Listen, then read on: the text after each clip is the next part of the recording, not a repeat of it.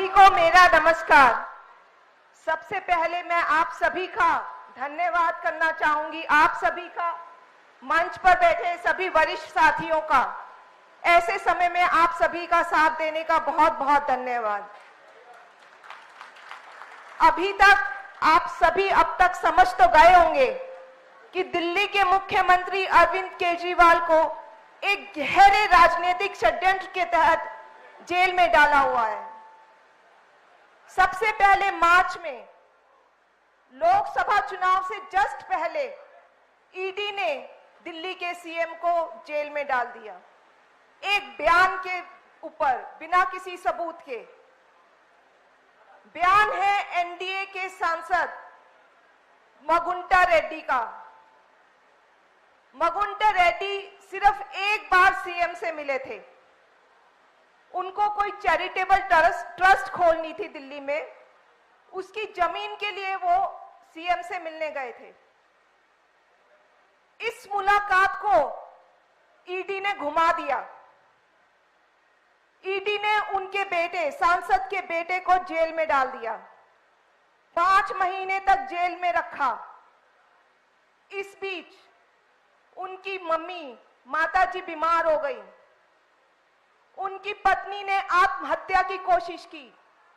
अब ईडी ने उनसे कहा, आप अरविंद केजरीवाल पर इल्जाम लगाओ, उन्होंने आपसे 100 करोड़ रुपए मांगे थे। डील हो गई दोनों में, झूठा बयान बन गया और अरविंद केजरीवाल को अरेस्ट कर लिया ईडी ने। ईडी ऐसा क्यों करती? ईडी ऐसा इसलिए की क्योंकि ये किसी षड्यंत्र के तहत किया गया था, दबाव के तहत किया गया था। ट्रायल कोर्ट ने सीएम को बेल दे दी और कहा कि बेल का लॉलीपॉप देकर एक बयान पर बिना सबूत के सीएम को गिरफ्तार किया गया और बेल मिल गई। तुरंत 2 एक्शन लिए गए केंद्र सरकार ने। पहला, ईडी अपने वकील के भाई के कोर्ट में, अब भाई तो भाई का ही साथ देगा, अपने भाई के वकील के कोर्ट में जाकर इस बेल पर स्टे ले आई। दूसरा, सीबीआई ने इन्हीं सांसद के बयान पर सीएम को गिरफ्तार कर लिया। मकसद कि सीएम को जेल में ही रखना है, उनको बाहर में नहीं निकलने देना। ये सब षड्यंत्र है, राजनीतिक षड्यंत्र के तहत किया जा रहा है। अरविंद जी को 22 साल से डायबिटीज है। वो इंसुलिन लेते हैं अपनी हाई शुगर कंट्रोल करने के लिए। जब जेल गए तो उनको इंसुलिन नहीं दी गई। कोर्ट जाना पड़ा उनकी इंसुलिन दिलाने के लिए। इसका मतलब क्या हुआ? षड्यंत्र के तहत उनकी बीमारी को नजरअंदाज किया गया। अरविंद जी के हाथ पर एक सेंसर लगा हुआ है। ये रीडर है, रीडर। इस रीडर से, वो सेंसर से रीडिंग लेते हैं, जिससे शुगर का लेवल पता चलता है कि उनके शरीर में शुगर का क्या लेवल है। और इसी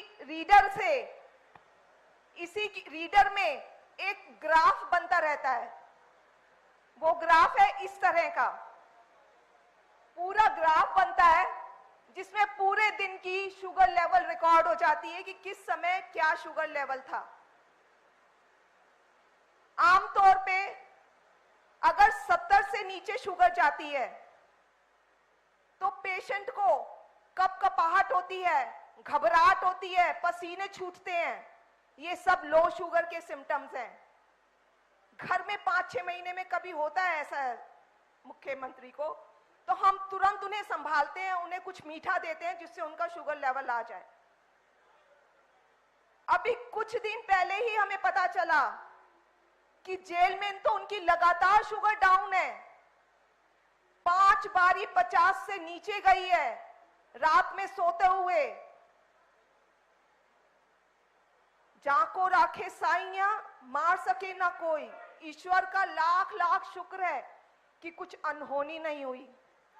उनकी जान को बहुत खतरा है और साजिश षड्यंत्र के तहत उनकी बीमारी को नजरअंदाज किया जा रहा है।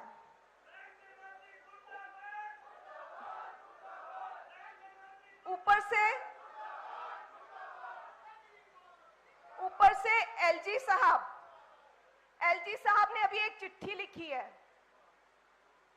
वो चिट्ठी में कहते हैं, अपने सीएम पे इल्जाम लगाते हैं कि सीएम विलफुली, मतलब जानबूझकर कम खा रहे हैं। क्या मजाक की बात है। मतलब वो खुद की जान खतरे में डाल रहे हैं कम खाकर। फिर दूसरी तरफ ये भी बोलते हैं कि सीएम इंसुलिन कम ले रहे हैं। मैं एलजी साहब को बताना चाहूंगी कि जब शुगर हाई होती है, इंसुलिन की जरूरत तब पड़ती है। उनकी पहले ही 50 से नीचे शुगर जा रही है, इंसुलिन लेके वो खुद को खत्म करना चाहेंगे। अब आप लोग बताइए, ये तानाशाही नहीं है, ये षड्यंत्र नहीं है क्या बीजेपी सरकार का?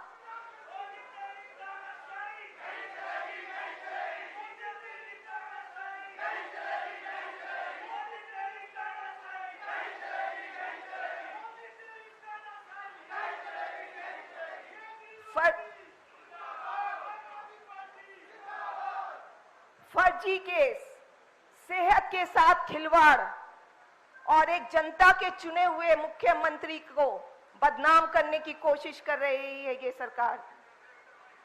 इनका सिर्फ और सिर्फ एक ही मतलब है, एक ही मकसद है कि कैसे दिल्ली के कामों को रोकना है। क्योंकि